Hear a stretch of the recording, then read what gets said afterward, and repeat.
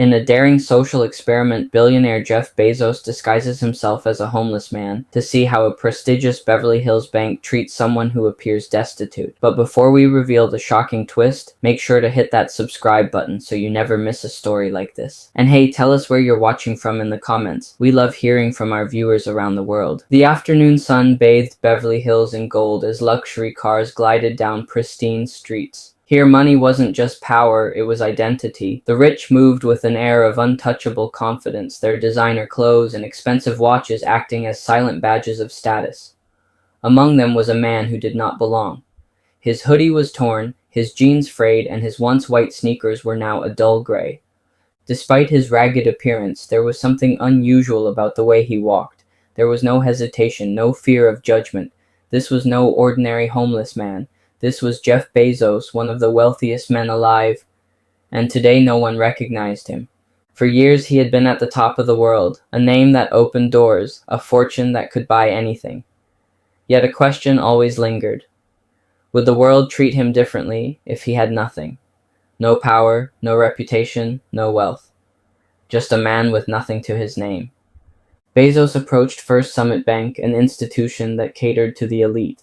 The kind of place where the size of your account determined the level of respect you received. The towering glass doors reflected his scruffy image, making it painfully clear that he did not belong. He took a deep breath and stepped inside. Immediately the atmosphere shifted. The quiet murmur of conversation slowed. Subtle glances flickered toward him as customers and staff alike took in his presence. He felt the weight of their judgment and unspoken consensus that he was out of place. Behind the marble counter, a middle-aged woman with sharp features and icy blue eyes looked up from her computer. Her name tag read Marilyn. She had worked at this bank for over 20 years, and she could spot a waste of time from a mile away. She didn't bother to hide the disapproval in her eyes. "Can I help you?" she asked, her tone clipped and professional. Bezos nodded. "I'd like to open a checking account."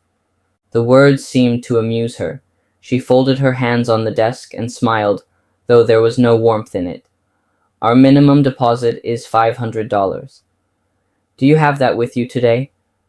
Bezos reached into his pocket and pulled out a crumpled $20 bill. "I have this for now." Marilyn's lips curled into something between amusement and pity. A quiet chuckle escaped before she caught herself. "I'm afraid that won't be enough. Perhaps you'd have better luck at a different institution."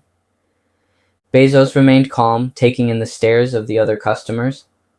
A few exchanged smug glances. A well-dressed man near the lounge shook his head in disbelief. A woman whispered something to her friend, stifling a laugh. "So you're refusing me service?" Bezos asked. Marilyn's eyes narrowed.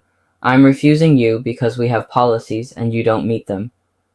The security guard stationed near the door took a step forward. Bezos could feel the anticipation in the air. They were really going to kick him out. "Sir, you need to leave," the guard said. Bezos exhaled slowly, shaking his head as he turned toward the exit. He reached for the door, but then he paused as if suddenly remembering something. He turned around and walked back toward the counter. Marilyn frowned clearly, irritated. "Sir, I already told you." Bezos pulled off his baseball cap, revealing neatly combed hair. Then with deliberate movements, he removed the worn hoodie underneath was a crisp, tailored shirt. He straightened his posture, and the energy in the room shifted. He reached into his pocket, pulled out a sleek black credit card, and tossed it onto the counter. It landed with a soft clack. A Centurion card reserved only for the ultra-wealthy. Marilyn's expression froze, her face draining of color. The room fell silent. The smug customers who had been whispering moments ago now sat frozen, unsure what to do. Bezos smiled. "I think I've seen enough." Marilyn's mouth opened, but no words came out. Her hands trembled slightly as she looked down at the card, then back up at the man she had just dismissed a few minutes ago. Jeff Bezos, the billionaire, the founder of Amazon, the man who could probably buy this entire bank without breaking a sweat. Marilyn's voice wavered. "Mr. Bezos, I'm so sorry I didn't." Bezos held up a hand, cutting her off. "Save it. I just have one question. Is this how you treat every person who walks in here? If they don't look rich enough, they don't matter." Marilyn swallowed hard. We have policies. I was just following protocol. Bezos shook his head and let out a small laugh. Unbelievable. He turned to the security guard, who now looked like he wanted to disappear. You were quick to throw me out, but I bet if I walked in wearing $1,000 suit, you'd be offering me coffee. The guard said nothing. Bezos turned back to Marilyn. I assume there's a manager here? Wait, yes, sir, Marilyn stammered. I can call him right away. You won't need to, Bezos said calmly. He'll be hearing from me directly. Marilyn rushed to the back office, and moments later a tall man in a navy suit hurried out. His name tag read Richard Bank Manager. He forced a smile, extending his hand. Mr. Bezos, welcome to First Summit Bank. It's an honor to have you here. Bezos didn't take his hand. An honor, really? Funny, because about 5 minutes ago your staff was treating me like garbage. The color drained from Richard's face. I assure you that's not how we operate. Mr. Bezos, I deeply apologize for any misunderstanding. Bezos tilted his head. Misunderstanding. You think this was a misunderstanding? No, this was exactly how you operate. You cater to the rich and push away anyone who doesn't look the part. Richard's jaw tightened. Sir, I can assure you we will be taking corrective action. Bezos crossed his arms. Don't bother, because as of today, this bank is under new ownership. The room gasped. Marilyn's knees nearly buckled. Richard's face turned ghost white. Mr. Bezos, you're buying the bank. That's right, Bezos said casually. And let's make one thing clear. Some things are going to change around here. First, you're fired. Richard's face twisted in horror. Wait, you can't just... I can. Bezos interrupted. And I just did. He turned his attention to Marilyn. I'd fire you too, but watching you squirm is more satisfying. I'll let the new management decide what to do with you. He reached into his pocket, pulled out his phone, and made a single call. Yeah, let's move forward with the acquisition. I'll send over the final paperwork in an hour. He hung up and turned back to the stunned audience of customers and employees. Effective immediately, First Summit Bank will be restructured and new policies will be put in place. This place will no longer be a playground for the rich. Everyone will be treated with the same level of respect whether they walk in with $1 million or 20. He grabbed his Centurion card off the counter and slid it back into his pocket. Before he left, he turned to Marilyn one last time. Next time someone walks in here asking for help, try treating them like a human being instead of trash.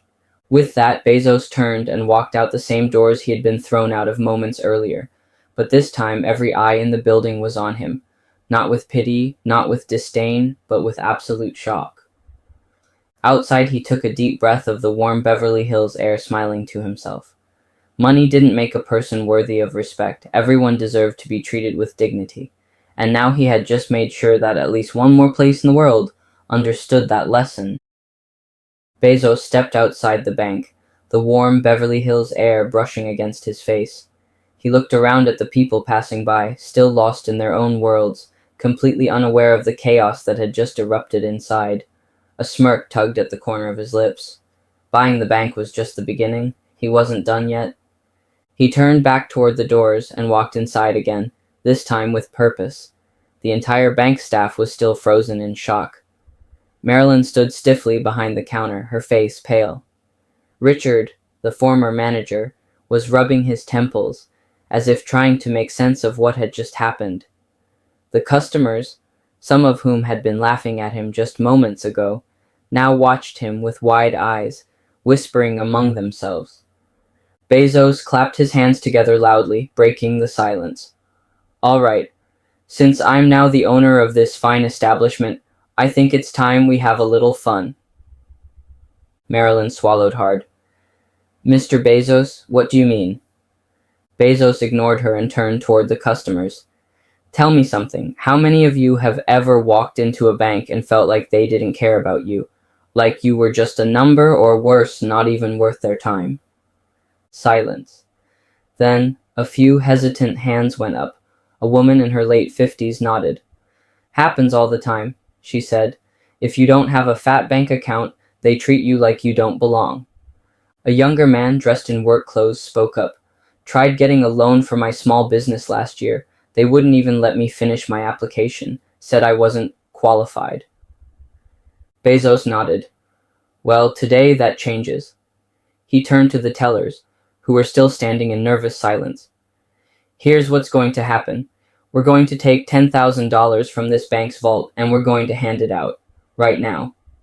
A collective gasp swept through the room. Marilyn's jaw dropped. Mr. Bezos, that's highly irregular. Bezos cut her off with a sharp look. Irregular? You mean like throwing people out just because they don't look rich enough? Like humiliating someone because they only have $20 to their name? No, what's irregular is how this place has been running. I'm just fixing it. He turned back to the tellers. Go on. Start handing out cash. First come, first serve. There was hesitation at first, but when one of the younger tellers realized Bezos was serious, he hurried off to the back. Moments later, he returned with stacks of crisp $100 bills. The room exploded into chaos. Customers swarmed the counters, unable to believe what they were seeing. People who had just been checking their balances or making simple deposits were suddenly walking out with free money. A man in his 70s clutched a handful of bills, shaking his head in disbelief. This is incredible. I haven't seen this kind of generosity in my entire life. A single mother with 2 kids wiped tears from her eyes. I was late on my rent.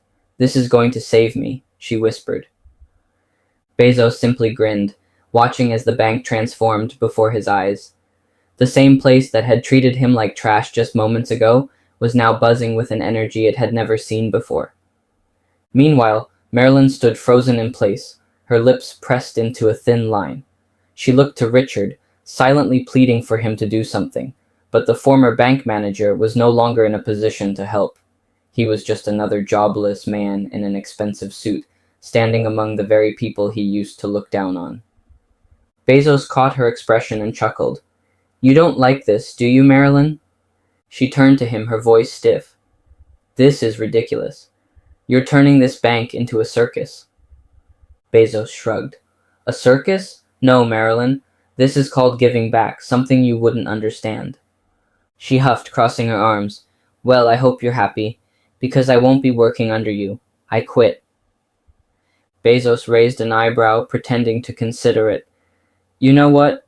I think I'll accept your resignation. He then reached into his pocket and pulled out a $1 bill. He handed it to her. Here's your severance package. That's all the help you ever thought people like me deserved, so I figure it's only fair. The color drained from Marilyn's face as the room erupted into laughter. She snatched the bill from his hand, crumpled it in her fist, and stormed out of the bank. The doors slammed behind her, and just like that, she was gone. Bezos turned back to the crowd, his grin widening. Well, now that that's settled, I think we're done here. Enjoy the rest of your day, folks. One by one, people filtered out of the bank, clutching their unexpected windfalls. Some waved at Bezos in thanks. Others simply walked out, still too stunned to process what had just happened. When the last customer left, Bezos glanced at the remaining employees who were all staring at him in awe. He sighed, stretching his arms. That felt good. Now, let's get to work. We